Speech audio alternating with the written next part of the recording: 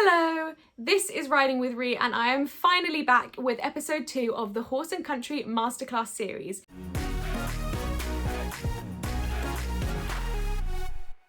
If you're not familiar with Horse and Country and our partnership, they are a platform filled with hundreds and hundreds of hours of equestrian content, including masterclasses from some of the world's top riders.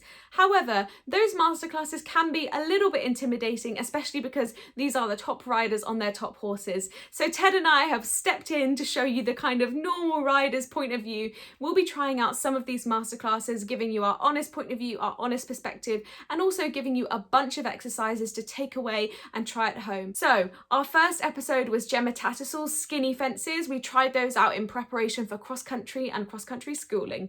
Today we're going into flatwork. A lot of you have been asking me about winter flatwork ideas, particularly as you have less time with your horses. I'll be honest, I've always found dressage masterclasses quite intimidating. Ted and I are competing at prelim and intro level, like this is very basic dressage, and I really can't do much more than a leg yield. We've just started learning shoulder in, but that is it. And I honestly thought, well, what are these masterclasses? I'm not going to be able to do them. I can't do any of the movements, which is why I'm so excited to have found Matt Frost's masterclass. His masterclass is all about setting the basic foundations of training with you and your horse and treating it like a partnership. His horse has a little hiccup in the middle of the masterclass too, so it just shows you that horses are fallible, but I am confident that you will walk away with a bunch of exercises to try that are simple and will set foundations for great partnerships with you and your horse for the future. And of course, if you do want to watch any of the masterclasses I mentioned in this series or any other of the equestrian content that Horse and Country has to offer, I'll link those out for you in the bio below. Well, that's enough talking from me. I'm going to hand over to Matt to introduce what we'll be doing today, and I'm going to go down to the school with Ted. I'll see you there.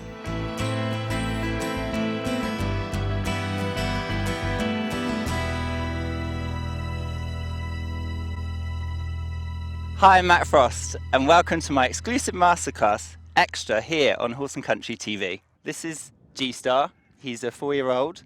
I've recently acquired him. He's been with me about a month now.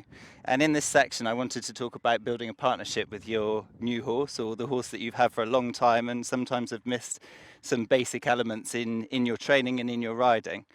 So in this section, no matter whether you ride dressage or jump or just merely go out hacking, it's all about getting control and building a partnership with your horse.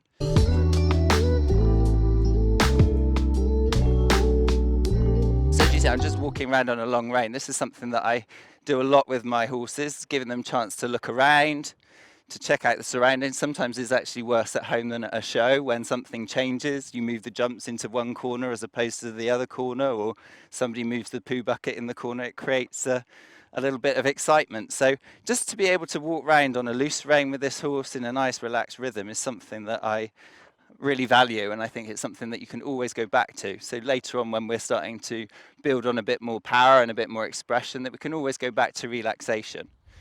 Right, well, I don't want to say that we failed at the first hurdle, but I don't think we quite look like G-Star and Matt Frost here. As you can see, when I first get on Ted, this really is the first few minutes. He is very sharp. He's got his tail swishing, he's walking at an insane pace, his head is up, he's sort of, bouncing around, and I'm trying so hard to just sit still and not really interfere, but I do find myself having to take a pull on the reins occasionally just because he's not really listening to my seat, much as I would like that to be something that we work on, to have more subtle aids for downward transitions. But I see Matt's point in starting your session with this long rein. And just a couple of notes as well, just to prove that this is something you really can do before work. I am filming this at like 7 a.m. on a work day, and I'm also filming it all on my PIVO. You guys know I've been an ambassador for PIVO since March now. I love them. They're always updating the software. It holds your phone essentially and allows you to track yourself riding, which is perfect if, like me, you ride by yourself. So this is a few minutes later, and I'm actually really happy with how this looks. He is a little bit more relaxed. His head is obviously still up and looking around, but he has dropped it slightly, and it is resembling more, dare I say, Matt Frost's horse. So hopefully you have a lot of success with this, but just to wrap this one up, you are walking around on a loose rein to warm up and just letting your horse look around and hopefully do it in a relaxed way. On to exercise 2.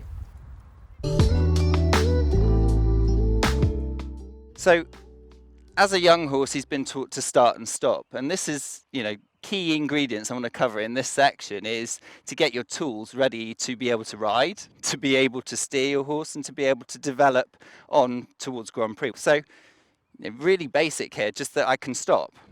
So my ideal aid to stop is that I tighten my stomach muscles, I squeeze with my upper leg, my knee, and that the horse then waits. This is an invisible aid. You don't see it, but you see that the horse stops.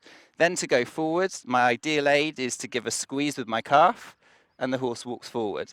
If he doesn't respond, it's the rider's job then to encourage that horse to respond to that slightly quicker, sharper aid with my heel. So for Ted and I, we are very, very good at upward transitions, so going from halt to walk, walk to trot, not so great at downward transitions, and I think that's probably just the nature slightly of having a hot forward horse.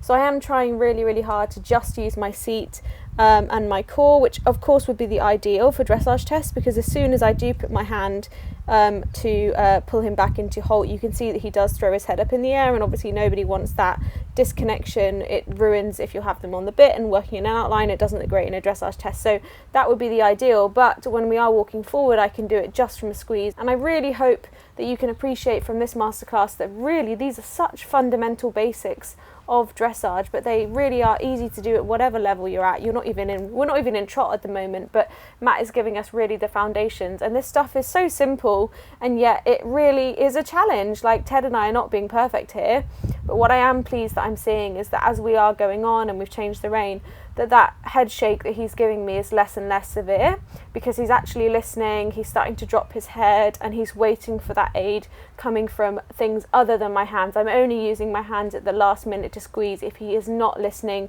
to my seat and my core and my knee when I'm squeezing him to stop. So I think this is something we could definitely get better at if we included it into our warm-up and every flatwork session that we did.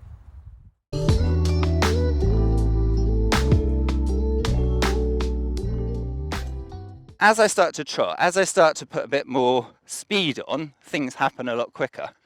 So he'll lose concentration quicker. And I'm just working on starting, stopping, slowing down and speeding up. So applying exactly the same principle as when I wanted to go walk halt. I'm going to just slow him down again and go forward again. And this is also a really good tool to get a horse to join in with you. If you're running away with him or scared of him and tightening up against him, that's not going to promote a good partnership. Okay, now we're going to try changes of pace within the gait, and I'm going to start in walk. So as I said, I'm starting this in walk. I find it a little bit easier in walk than trot. Ted can get a bit quick and fast, and I just find it easier to concentrate in walk on a task like this, and I'm a big believer in breaking down these masterclasses to whatever level you need them to be at. I'm also dealing with a pretty nasty injury on my left knee. I had a nasty sprain from a bad accident on Ted a few weeks ago, so I do just find it a little bit easier in walk at the moment. And you'll see I've just slowed him right down, or at least attempted to. I am trying to do a slower paced walk on the long side and a normal to fast-paced walk on the short side of the arena. So you can see my aids aren't quite right. I'm pushing on just a little bit too much on the short sides right now and a little bit too much on the long side, so trying to find that balance. And Ted is quite an expressive horse. You really can't hide when you are giving him too much of something or too little. So again, trying to slow down, that is a lot better. He is responding a lot better. He's not so much swishing his tail and shaking his head around. I look quite still. This was a much better attempt at slowing down on the long side. So we've just changed the rein here, and it's really nice to see him starting to drop his head and listen. And there is that sunrise if you thought I was joking about riding so early. Now we're going to try the same thing in trot. So now that we've established it in walk, we're going to have a little go in trot. So we're just having a little warm up here, a couple of circuits just to get him settled, and goodness me, I am so proud of how he looks and how we look together. Not perfect, of course, and nowhere near Matt Frost levels, but what a difference a year of work makes. If you were to compare this to last January, like, what a difference. I'm so proud of us. All right, let's have a little go at doing the same thing. So faster on the short sides and then slower on the long sides. And here, I think perhaps a little bit of an exaggerated slowdown from me there, because Ted got confused and thought I wanted to walk. That's fine. It just lets us know how much of the aid we need to put on. A big misconception. It's like being able to write with your right hand, that you should be able to write with your left hand. Horses are as one-sided dominant as humans. So just because we can do it on one rein doesn't necessarily mean we can do it on the other rein. Horses are slightly stiffer one way and weaker on the other way. This really resonated with me. This is our weaker rein, and actually by this point my injury is starting to hurt quite a bit, so I'm finding it more difficult to ride Ted, and as you can see, he is not loving being told to go slower than he would like. But that is not the point of these masterclasses. It's not a one and done. It's giving you tools and exercises that you can use time and time again long after you've finished watching the masterclass itself. So again, it's a nice canter rhythm. He's just got a bit excited during the transition, so I'm wanting him to relax. He's starting to snort and breathe now, and breathe effectively. Settle on to a nice contact, not too heavy. So again, this exercise just super simple, incorporating the canter. As you can see, Ted started off super speedy.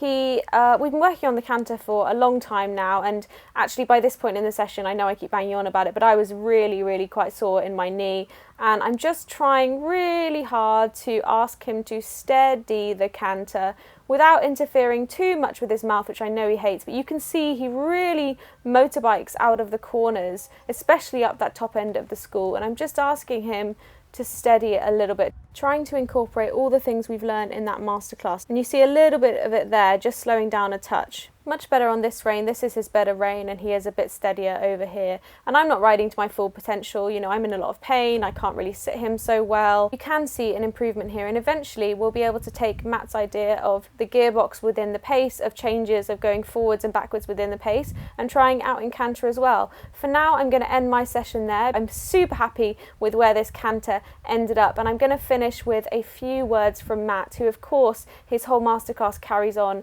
long beyond these first few exercises, so do be sure to check it out at the link below. So this is a process I go through with all my horses when I'm working them in, at whatever level or stage they're at, is that I've got a nice starting point to go on to build up my movement. So it's the foundations, and that we can then build on top of those secure foundations. If I can start and stop, turn left, turn right, I've got control.